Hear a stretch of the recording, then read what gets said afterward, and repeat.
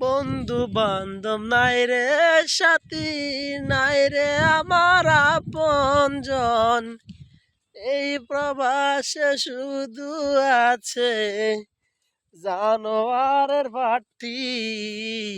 হায়রে উঠে হায়রে প্রবাসী, এই না দূর প্রবাসী।